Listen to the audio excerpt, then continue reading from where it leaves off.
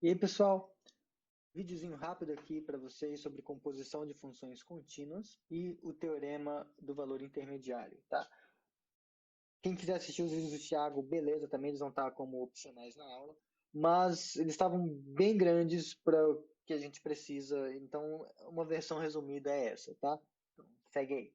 Bom, a primeira coisa sobre composição que a gente precisa saber, e no fundo, meio que essencialmente é o que a gente precisa saber, é que composta de funções contínuas é contínua. Em geral, o que a gente tem a princípio é esse teorema estranho aqui. Se f é contínuo em B e limite de uma outra função g quando x tende a A, se esse limite é B, então vale que o limite da composta é igual a f de B. Ou, em outras palavras, isso aqui. Vejam só. Isso aqui, na prática, está falando o seguinte. Ó. Imagina que você tem lá a sua função f, que ela é contínua num certo ponto B. Então, aqui está um certo bzinho, e a sua função f, neste ponto, ela é, o gráfico dela você não tirou do papel. Tá? Então, isso aqui está acontecendo. B, f de B. Tá? Normalmente, isso que eu acabei de falar é esse negócio aqui. Você está dizendo que o limite da f de x, quando x tende a B, é f de B. Então, você não tirou o lápis do papel. No caso, a caneta da mesa. Mas, enfim, por questões psicológicas, esse x aqui é só uma variável. Vou chamar isso aqui com outra letra, tá? Vou chamar de U. Então aqui está, a gente tem o eixo U, tá? Aqui o eixo Y, que seja. E aí, isso que está acontecendo. O outro caso que você tem é esse aqui, tá? Onde você tem a funçãozinha G, tal que quando os pontos se aproximam, os pontos X se aproximam de A, tanto pela direita quanto pela esquerda, a imagem da função se aproxima arbitrariamente do B, que é aquele negócio do limite da g de x, quando x tende a ser b. Ora, então, observe só que legal. Se você faz x se tornar cada vez mais próximo de a, a imagem dele, que é o g de x correspondente, vai estar cada vez mais próxima de b. Só que, se g de x está próximo de b, então significa que esse g de x que a gente pegou aqui, então eu peguei um x aqui. A gente pegou um x que está próximo do A, então o g de x está próximo do B. Só que quando a gente olha esse g de x que está próximo do B, se a gente olhar ele nesse outro eixo, ele vai estar aqui. Aqui está o g de x, quando a gente olha nesse eixo. E uma vez que ele está próximo do B aqui, significa que quando você aplicar a f nele, ele vai estar próximo desse limite aqui. E aqui quem está? É a f da g de x. Então, quando a gente compõe dois tipos de procedimentos que estão tendendo para lugares compatíveis, é natural que essa composição também seja compatível. Em que sentido, né? Bom, xinga esse g de x de u. Aí fica mais claro. Então, veja só. Quando x tende a A, u tende a B. Mas quando u tende a B, f de u tende a f de B. A natureza desse resultado ela é bastante intuitiva. Tá? A demonstração é um pouco mais envolvente, mas não é a pior coisa do mundo. E também não é a coisa mais importante para o curso de cálculo. Mas é importante saber que dá para fazer essas coisas direitinho com os épsilons e os deltas. Mas não é o foco. Para a gente, a graça disso é o quê, né? Na prática, isso quer dizer o quê? Se a sua função f ela é contínua, então ela pode entrar e sair do limite, tá? Como se fosse uma constante. Olha que brincadeira legal. Então você tem o limite da f de g, é a mesma coisa que a f do limite de g. Em particular, se você tiver que o limite da g de x, quando x tende a A, for igual a g de A, então o que isso aqui vai dizer para a gente é que o limite da f da g de x, quando x tende a A, é igual a f do limite de g de x mais o limite de x é g de a. Portanto, e aqui, então, a gente vai ter f da g de a. Ou seja, se a função g é contínua em a, que é o que isso significa, e a função f é contínua em g de a, então a composta delas também é contínua. Tá? Claro que aqui não estou enunciando questões sobre domínio ou contradomínio da função, que um tem que estar dentro do outro, as coisas têm que fazer sentido, tá? Vamos ver uns exemplos disso aqui. É bem mais fácil do que parece. Então, essa função aqui, ó, h de x igual a seno de x ao quadrado, tá? É contínua, pois a composição da função seno de x e x quadrado, ambas funções contínuas, tá? Em particular, isso significa o seguinte, em particular a gente pode fazer o quê? Se a gente tiver limite, quando x tende a do seno de x ao quadrado, isso aqui vai ser o seno do limite de x ao quadrado, quando x tende a. Só que o limite de x ao quadrado, quando x tende a, como x ao quadrado também é contínuo, vai ser o limite, vai ser o seno. Isso aqui é o próprio a ao quadrado, então vai ser seno de a ao quadrado. Essencialmente, é isso que a gente passa a ter o direito de fazer, uma vez que a gente sabe que composição de funções contínuas é contínua. Mas tem mais. Imagina que a gente tem essa função aqui, g de x igual a 2 vezes raiz de 3 menos x. E por algum motivo a gente quer saber aonde essa desgraça é contínua, onde ela está definida, onde ela é contínua, né? Então, primeiro nota que a g de x só está definida para x menor ou igual que 3, né? Por quê? Porque aqui a gente precisa que esse 3 menos x seja maior ou igual que zero, já que é a raiz quadrada de alguma coisa. A raiz quadrada de alguma coisa tem que ser, se alguma coisa tem que ser maior ou igual que zero. Então, 3 maior ou igual que x, ou em outras palavras, x menor ou igual que 3. Agora, note que esse raiz de 3 menos x é composta, essa função aqui é raiz de x e 3 menos x. Essa função raiz de x, o domínio dela são os valores de x maiores ou iguais que zero. Já a função 3 menos x, ela está definida em todo mundo.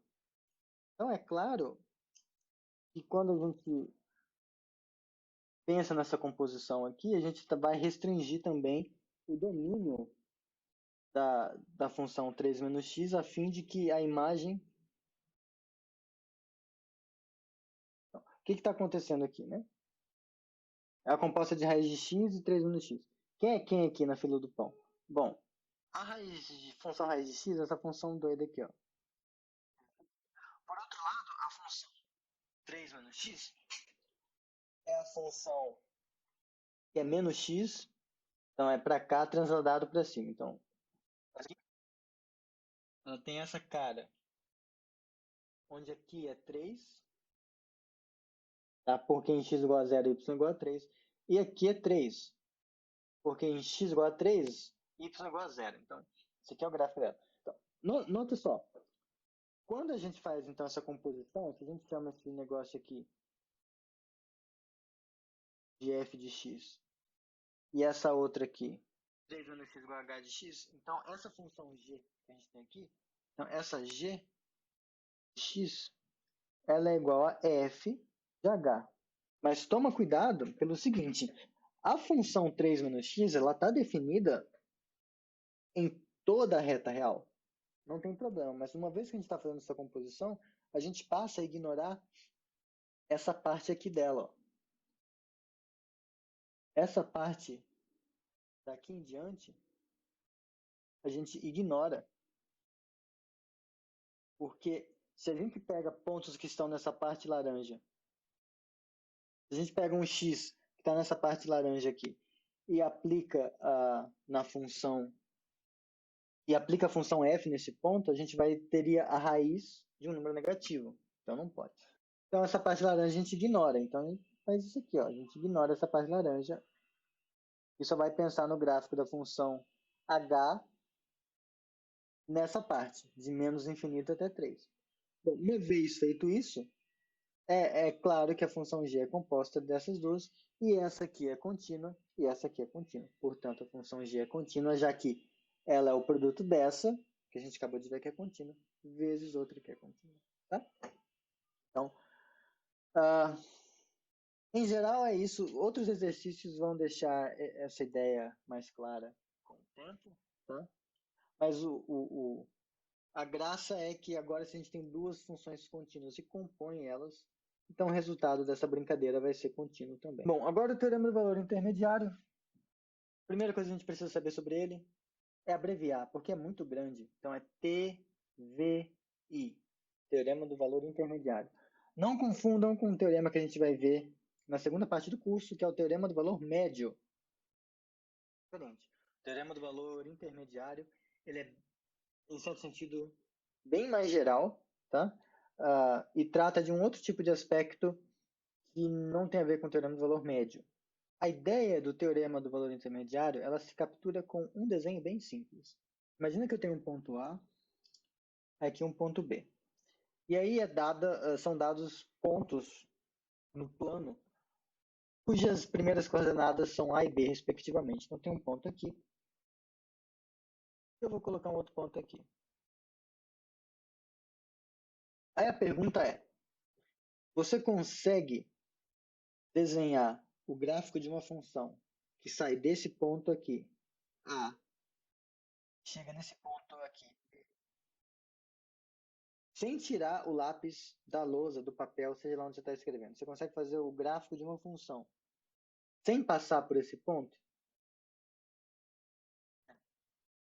Você faz assim, teve que passar. Você vai fazer assim, tem que passar, pode fazer assim, não importa, tem que passar, você tá fazendo. Não importa o que você faça, você tem que passar por essa reta.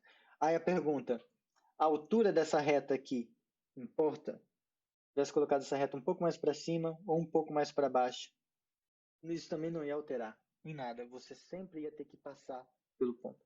Um outro jeito de enunciar essa mesma coisa é o modo formal com que se expressa o chamado teorema do valor intermediário. Tá? E agora eu vou colocar aqui para comparar com o desenho.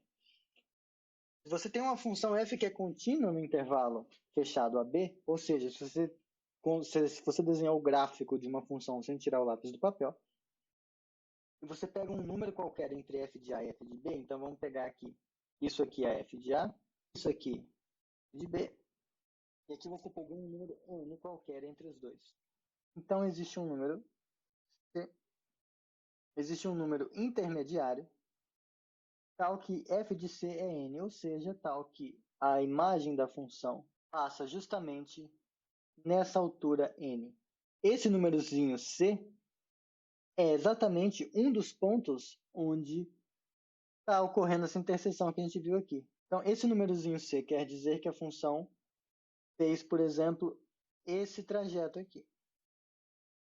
Esse pontinho é o ponto onde o gráfico intercepta a reta de altura n.